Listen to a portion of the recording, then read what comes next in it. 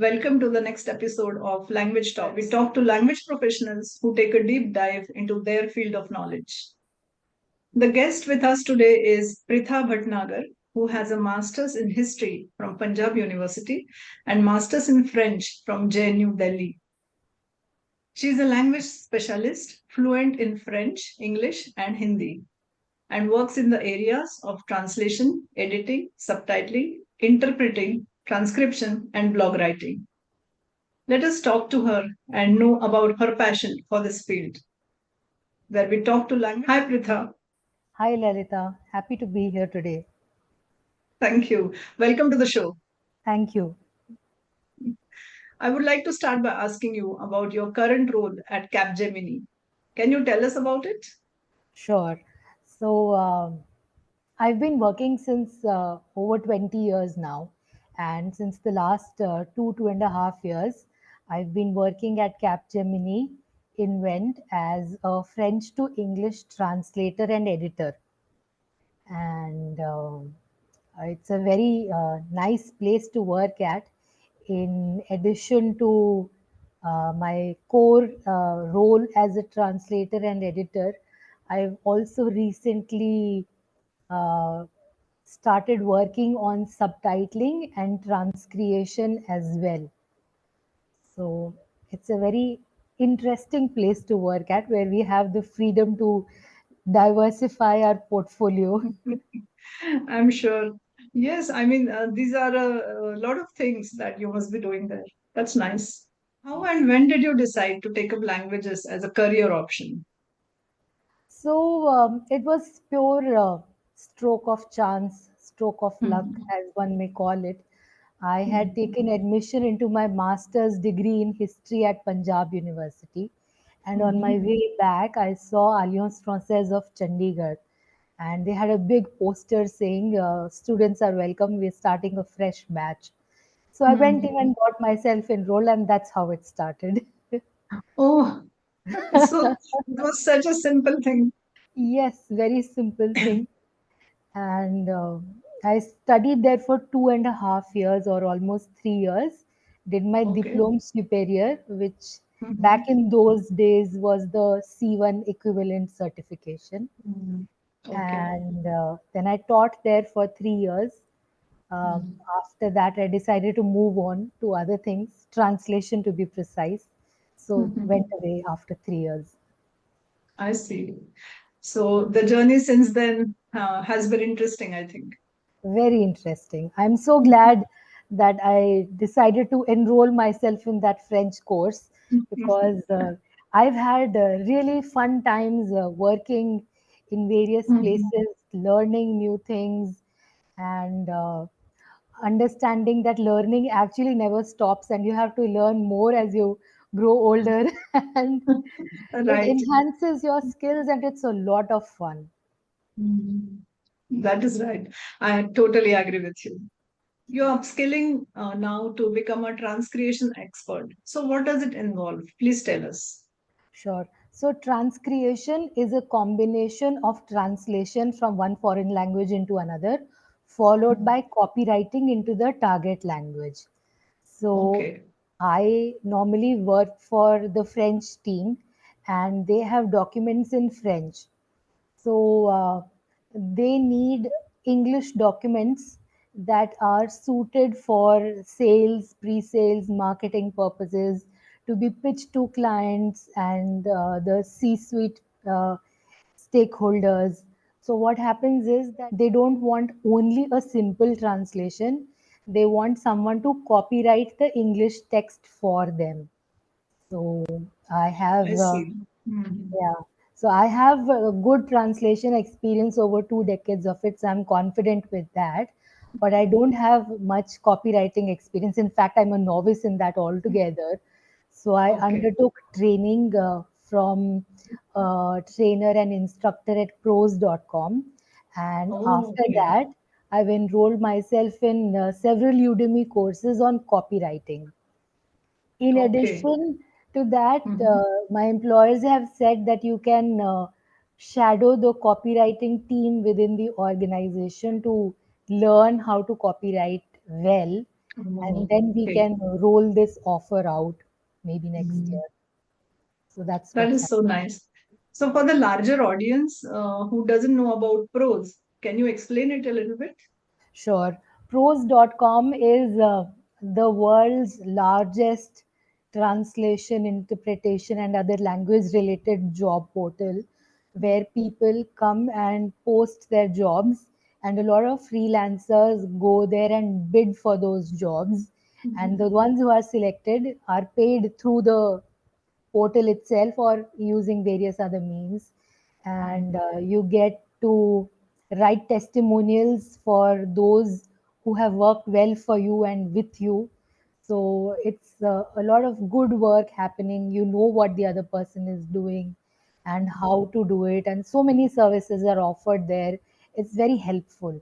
And another aspect of theirs, which is Mhm. very interesting, is the Mhm. extensive learning and development stream that they have put together. So their Okay. trainings are very rich and very Mhm. helpful to Mhm. those interested in upskilling as Right. freelancers.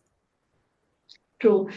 You're right. It's a very good place. You can get everything there. How has the journey been as a translator? You have been doing this work for 20 years. So, did you translate only technical things or also literature? So, please tell us about it. Sure. So I enrolled myself for a master's in French at Jawaharlal Nehru University, and my Mhm. specialization was in translation and interpretation. Okay. So Mhm. um, while I was studying there, I used to do part-time jobs to fund my stay over there, and I started working on things like tender documents or Mhm. user manuals for various products. And I also worked at All India Radio as a French Mhm. announcer and news reader. Oh, So okay. yeah, Interesting. very Wow. interesting work, and I did that for 5 years, even Oh my after God. I passed out of the university. Uh, Okay. so So, that was just sorry to interrupt you. Just curious. So, when you worked as an announcer in French language, so how did you tweak your accent and how did you learn that? I didn't tweak my accent at all. And during the Oh, okay. interview, we were asked, how is your French accent? And we'd like to hear you speak in French. Can we continue with the interview in French? So Mm-hmm. the interviewers tested our accent and they thought that it was good enough to pass. So Okay. the accent was not a problem at all. Oh, that's I think wonderful. I So, think Indians have an advantage accent wise because our accent for English is very well hmm. known fact is very neutral, so people uh, understand it very well. I think that right. goes that holds true for French also probably. You're right. And for a newsreader or announcer, I think a neutral accent works Yes. well with the radio. Thank you. Yeah, nice. So that's how I started off. Then Hmm. after that, I was employed at the Belgian embassy for a short stint, where I translated documents from French to Hindi. And Oh, okay. after that, I went to the French embassy, where I did translations from both French to English and English to French. Okay. And after that, I went to an EPC company that had business in Francophone Africa. So I Mm, used to okay. do translation and interpretation of engineering documents for them. I Post see. that, Okay. I started working in the information technology field. So since then, I've been working on IT related translations I and see. Okay. Yeah, that's a lot. Such a diverse range of documents you have handled. That's great. How did you teach yourself all these domains? Because we are not subject matter experts. So, yeah. how do you go about it?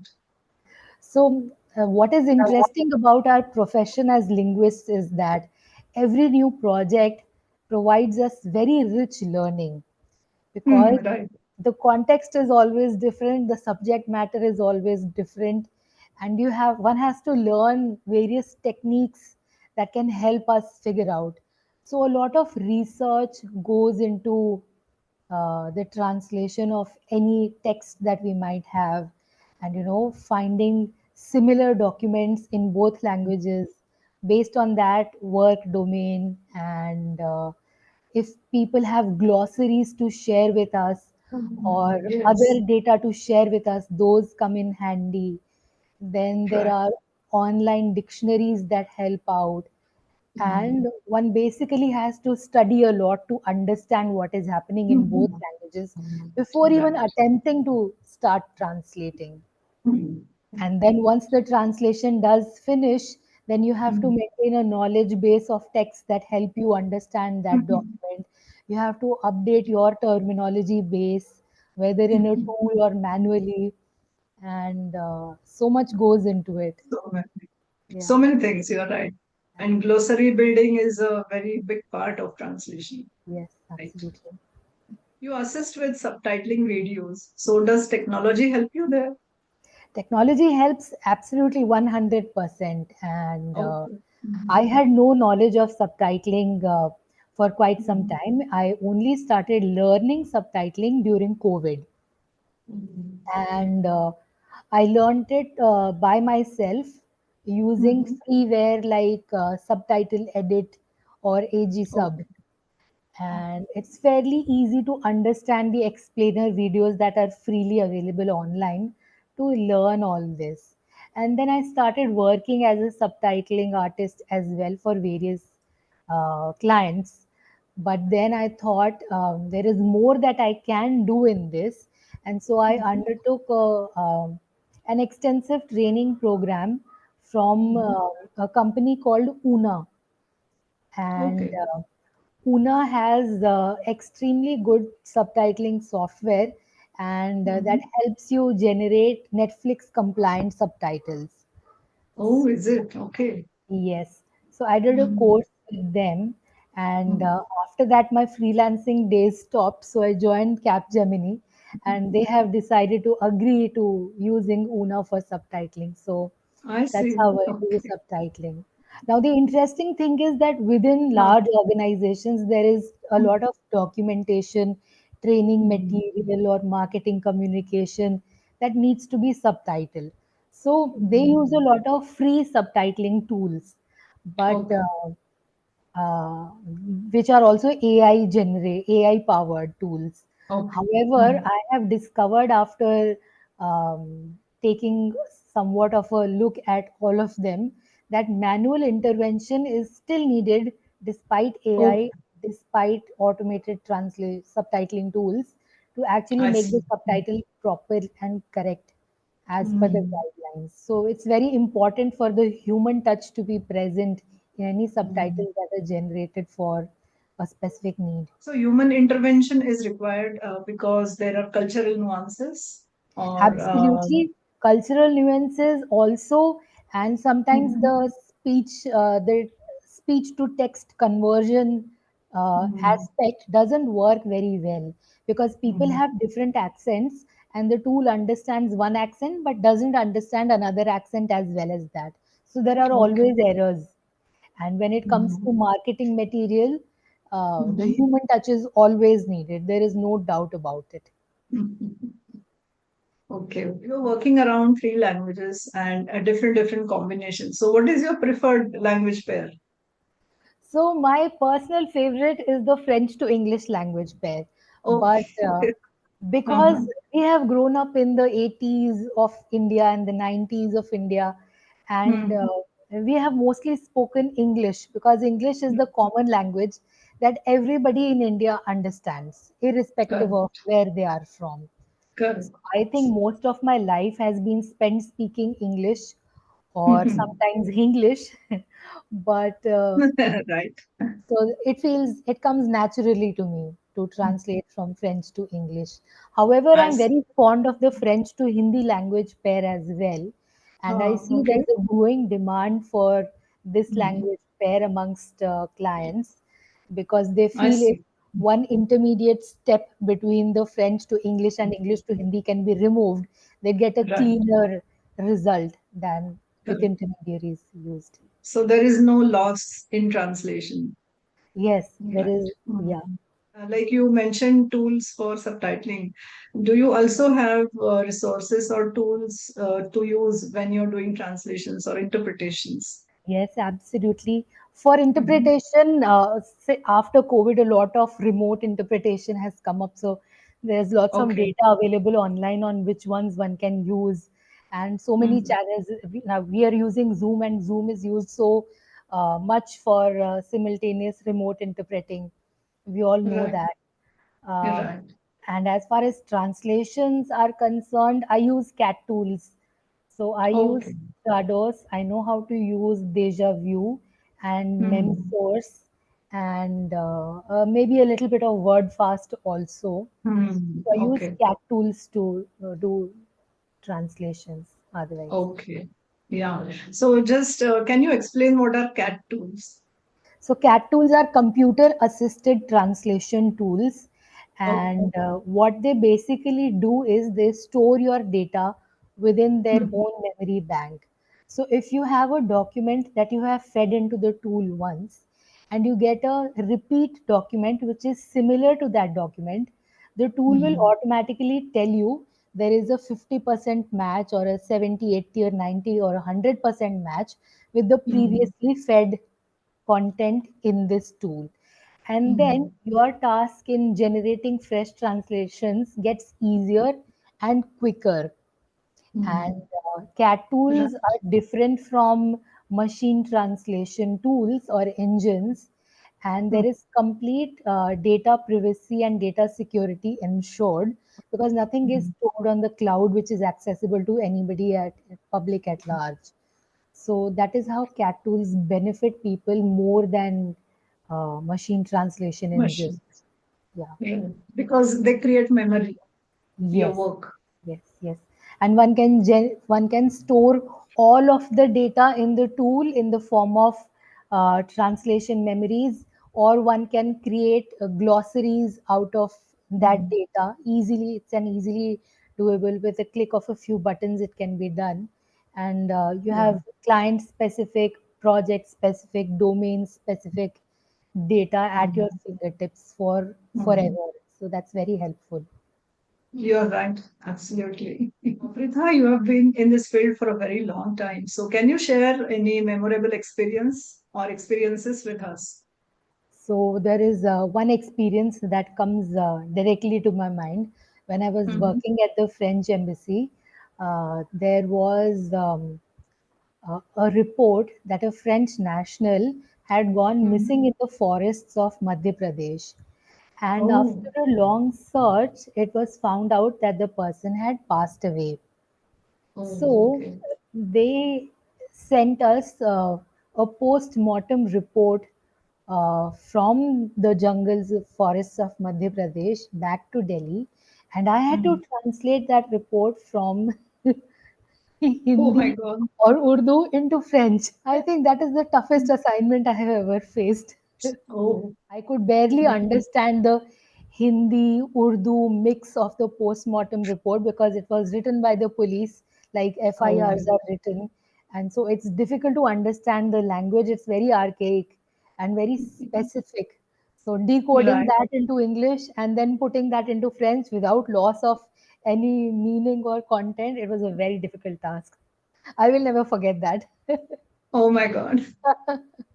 And you have started writing a blog on your website. So what inspired you to write that?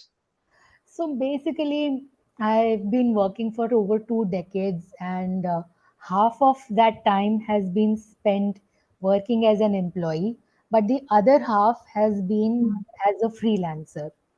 Mhm. So it came to the point that I understood at one point of time that if I need uh, potential clients to understand the kind of work that I do and Mhm. what I deal with on a day to day basis, or basically get Right. to know me.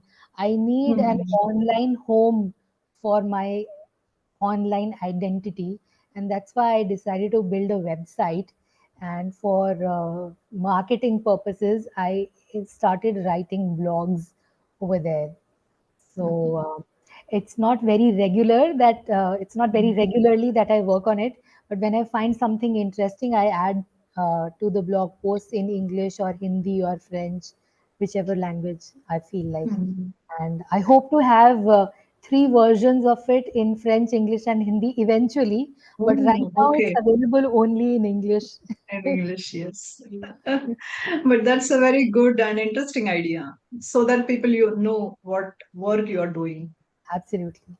Yeah, right. How do you see the field of multilingual communication evolving, especially with the intervention of machines?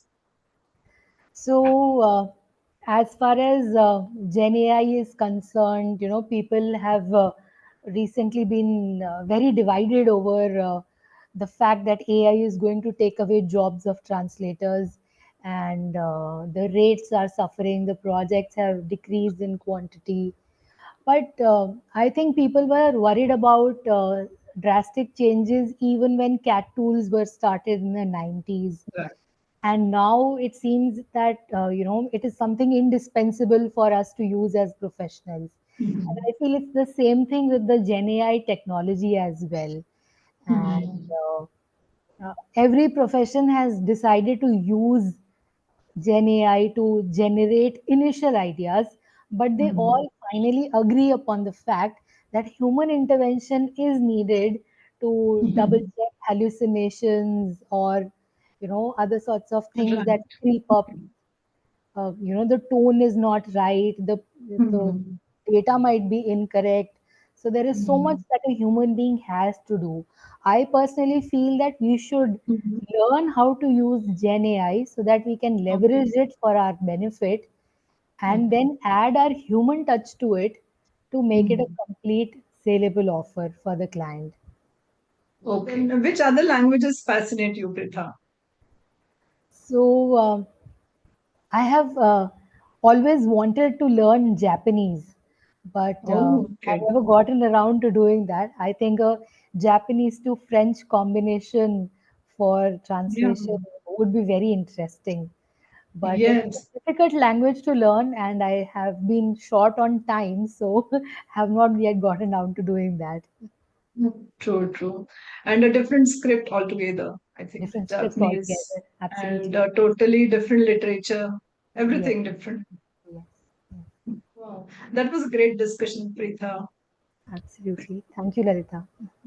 Thank you so much for joining and sharing your experience with us.